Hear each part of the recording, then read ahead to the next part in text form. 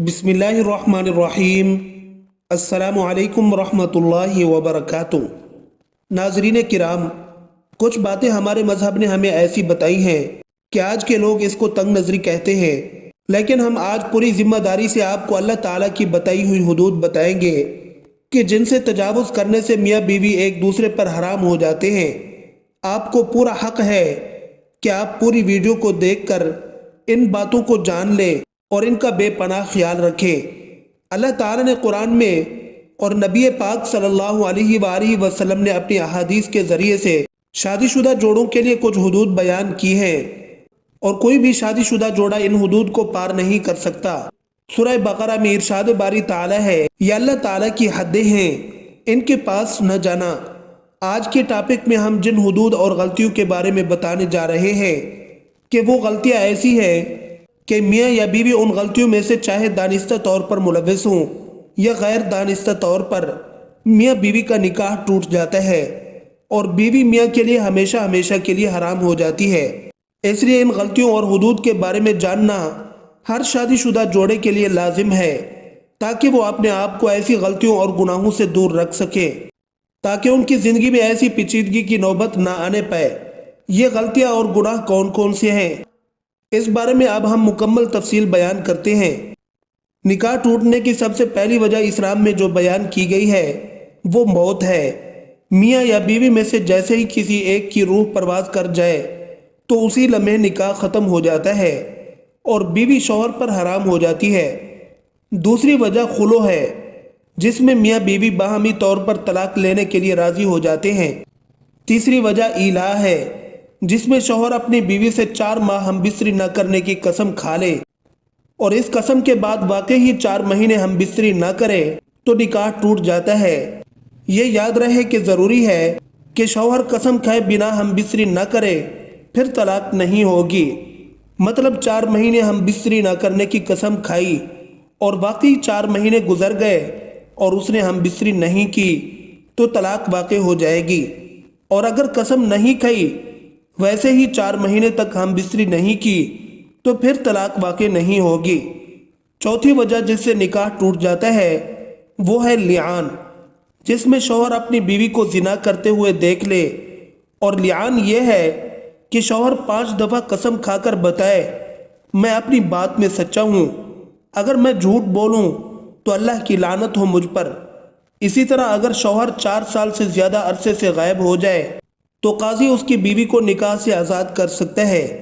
इसी तरह ज़ौजैन में से अगर कोई भी दीन इस्लाम से मुनहरिफ हो जाए तब भी निकाह टूट जाता है। इसी तरह अगर मोतबर ज़राए से ये पता चल जाए कि मियाँ बीवी दोनों आपस में रज़ई बहन भाई हैं तो काजी दोनों में लाजमी तफरीक करवा दे। ये याद रहे कि अल्लाह ने रिश्तों की हुदूद कायम की है और रिश्तों का आपस में तक़द्दुस बयान किया है। अल्लाह ताला ने इंसान के लिए मुख्तलिफ रिश्ते बनाए हैं, खून के रिश्ते, दूध के रिश्ते, निकाह के रिश्ते, ससुराल के रिश्ते, और हर एक रिश्ते की अपनी हुदूद मुकर्रर फरमाई हैं। कोई रिश्ते महरम करार दिए हैं और कोई गैर महरम।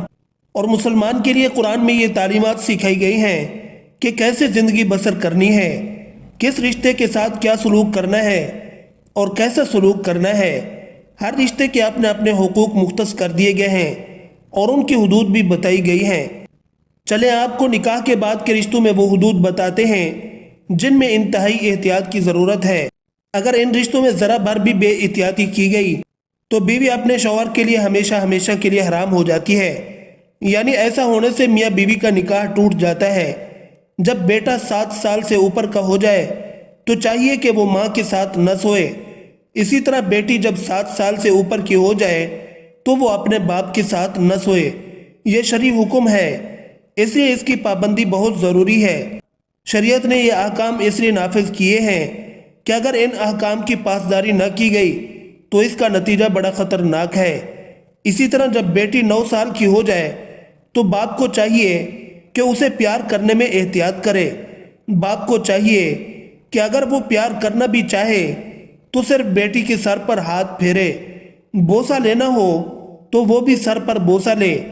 इसी तरह बाप को चाहिए कि अपने जिस्म को बेटी के जिस्म से दूर रखे, क्योंकि अगर ये एहतियात न बरती गई और कहीं बाप ने बेटी को ऐसे प्यार कर लिया کہ باپ کی شہوت یا بیٹی کی شہوت ابھر گئی تو اس صورت میں اس شخص کے لیے اپنی بیوی یعنی اس کی بیٹی کی ماں ہمیشہ کے لیے حرام ہو جائے گی اور اس کا نکاح ٹوٹ جائے گا۔ اور یہ حکم ماں اور بیٹے کا بھی ہے۔ اس لیے ہماری اپنی بہنوں سے گزارش، بس ایک گزارش ہے کہ وہ بھی اپنے بیٹوں سے پیار کرنے میں احتیاط برتیں، احکام شریعت کے مطابق ان کو اپنے بستر سے اور اسی طرح بہنوں کے بستر سے دور کریں۔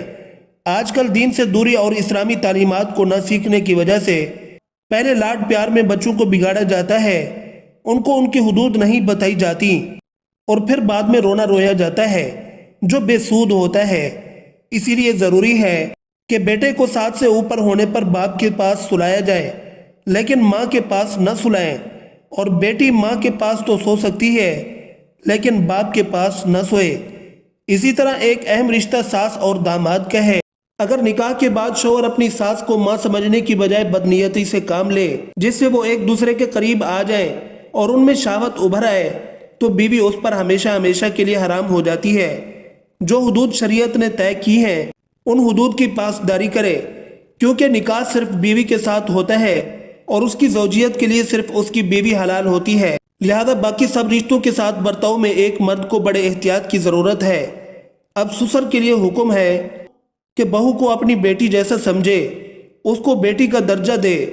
اب جس کو دین کی سمجھ ہوگی اور شریعت کی سمجھ ہوگی تو وہ ان رشتوں میں جو فاصلے طے ہیں ان کی پاسداری کرے گا، لیکن جو شرعی اصولوں سے ناواقف ہوگا وہ ان کی پاسداری نہیں کرے گا۔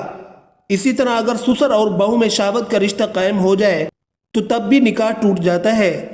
آج کل کے رشتوں میں تو پہلے بے تکلفیاں اختیار کی جاتی ہیں اور ان بے تکلفیوں کو برا نہیں جانا جاتا، بعد میں یہ بے تکلفیاں اس حد تک چلی جاتی ہیں کہ لوگ اپنا نکاح ہی توڑوا بیٹھتے ہیں۔ خدا را شریعت کو سیکھیے اور اس پر عمل پیرا ہو جائیں تاکہ ہمارے رشتے پاک صاف رہ سکیں اور ہمارے گھروں میں مذکورہ بالا صورتحال بھی پیدا نہ ہو۔ سب سے بہتر راستہ یہ ہے کہ کبھی بھی دو مخالف ہم جنسوں کو اکیلے بیٹھنے کا موقع نہ دیا جائے، کیونکہ ان میں تیسرا شیطان ہوتا ہے جو کسی بھی پاک رشتے کو ختم کر سکتا ہے۔ آخر میں ہم دعا کرتے ہیں کہ اے اللہ پاک ہمیں شیطان کے وسوسوں سے دور رکھنا اور ہمیں ہمارے رشتوں میں پاک دامنی عطا فرما۔ اس ویڈیو کو صدقہ جاریہ سمجھ کر دوسرے لوگوں تک ضرور پہنچائیں تاکہ زیادہ سے زیادہ لوگ اپنے رشتوں میں پاک دامن رہ سکیں۔